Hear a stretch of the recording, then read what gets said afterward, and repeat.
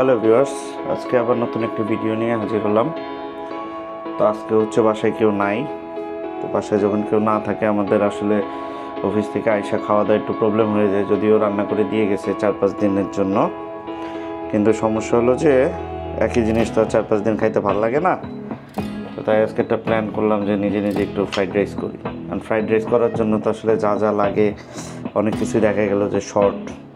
তো বাসায় যা আছে তা দিয়ে আজকে একটু ট্রাই করব। তো এখানে মোটামুটি যা যা নিয়ে নিছি আপনাদের আমি দেখাচ্ছি।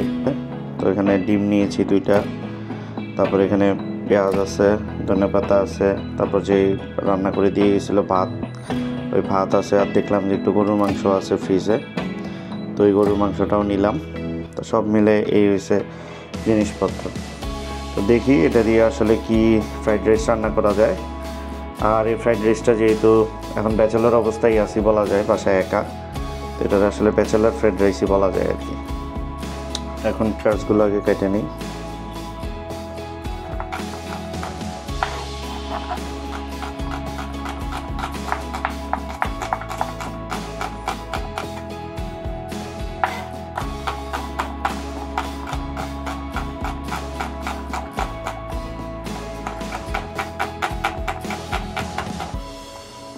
এদিকে ধনেপাতা আছে, ধনেপাতাগুলো কেটে নিই।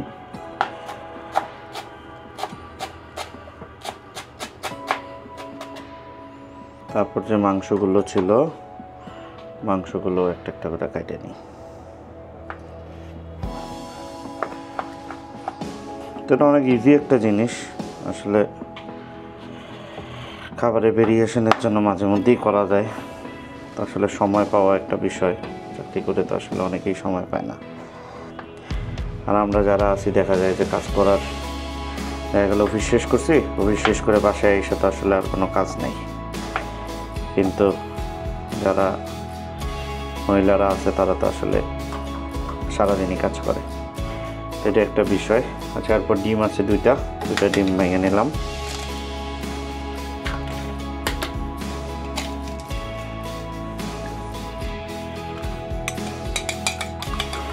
এটাকে ফেটে নেই।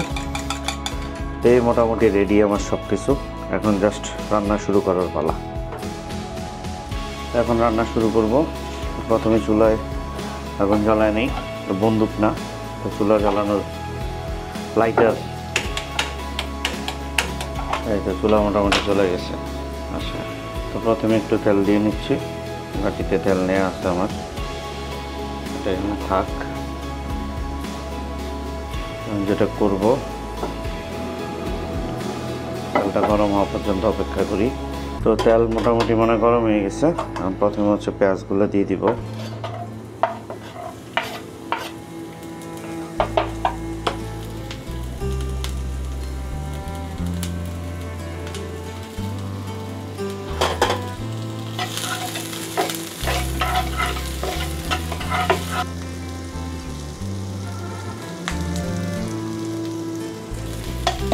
পেঁয়াজে দিতে হবে লবণ।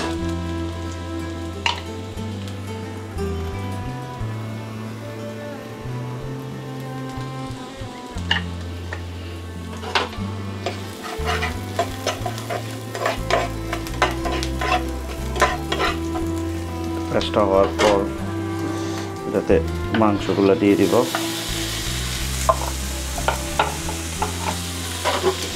মাংসগুলো একটু ভাজা ভাজা করতে হবে। ভাজা ভাজা করলে মাংসগুলোতে একটু সুন্দর ফ্লেভার আসবে।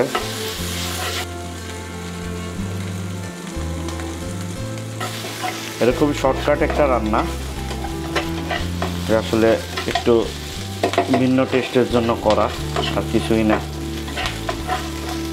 যে কেউ যে কোনো সময় করতে পারে, যে রাত্রে ভাত থেকে গেছে, সকালবেলা হয়তো একটা ডিম দিয়ে করে নিল। এখানে যে মাংসই দিতে হবে এরকম কিছু না।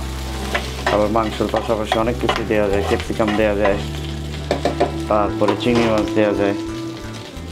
এবার আর একটু তেল দিয়ে ডিমটা দিয়ে দিব।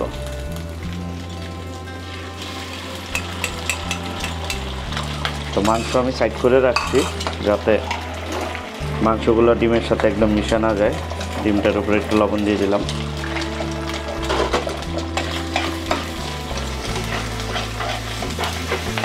ডিমটার এবার ভেঙে ঝুড়া ঝুড়া করে নেব।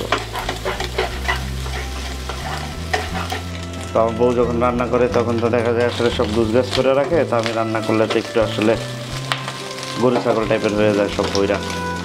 তো মোটামুটি এটা ভাজা হয়ে গেছে। এবার আমি যে রাইসগুলো আছে এগুলো দিয়ে দিব।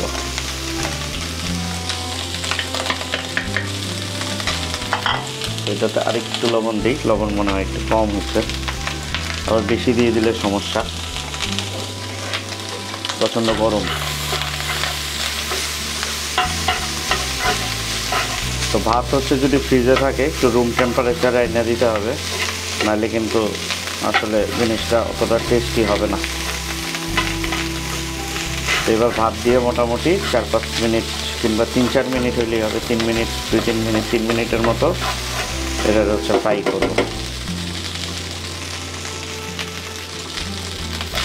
এটা নাড়তে হবে, কারণ ভাত যেহেতু ফ্রিজে থাকলেও তো ওইগুলো একটু পানি ছেড়ে দেয়, তো সেগুলো হচ্ছে আসলে ফ্রাই প্যানের নিচে আটকায় যেতে পারে। আর ননস্টিক যদি হয় তাহলে হয়তো প্রবলেম হবে না, নতুবা হচ্ছে কিন্তু নিচে ভাত লেগে যাবে, লেগে গেলে কিন্তু তখন আবার সমস্যা। তো মোটামুটি 1 মিনিট ভাজা হওয়ার পর এটাতে আমি হচ্ছে ধনিয়া পাতাগুলো দিয়ে দিব। আমি যেহেতু ঝাল খাই না, কাঁচামরিচ দিলাম না। তো যারা ঝাল খায় অবশ্যই কাঁচামরিচ দিয়ে নেবেন।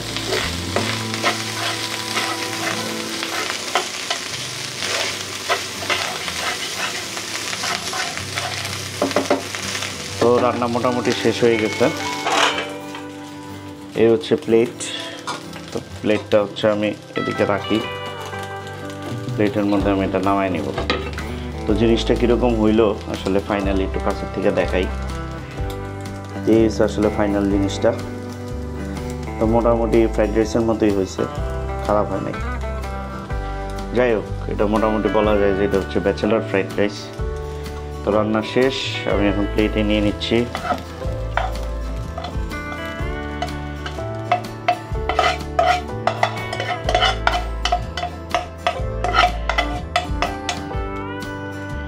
তো মোটামুটি আমার একজনের জন্য যতটুকু রান্না হয়েছে যথেষ্ট। তো এই হচ্ছে একদম ধোয়া ফ্রাইড রাইস। তো যারাই আছেন বাসায় ট্রাই করবেন, আর যারাই আছেন বাসায় অবশ্যই ট্রাই করবেন, খায় দেখবেন কেমন হয়, এবং বাসায় যারা আছে মেম্বাররা তাদেরও চেষ্টা করবেন খাওয়াইতে। আর আমার চ্যানেলটি যারা সাবস্ক্রাইব করেননি তারা অবশ্যই সাবস্ক্রাইব করবেন। ফেসবুক পেজ তো না, আমার ফেসবুক আইডিটা ফলো করবেন। তো আমি মোটামুটি রান্নাঘর ভালোই ভরাই ফেলাইছি, এখন এগুলো পরিষ্কার করি। তো আশা করি পরবর্তী কোনো ভিডিওতে দেখা হবে। ধন্যবাদ।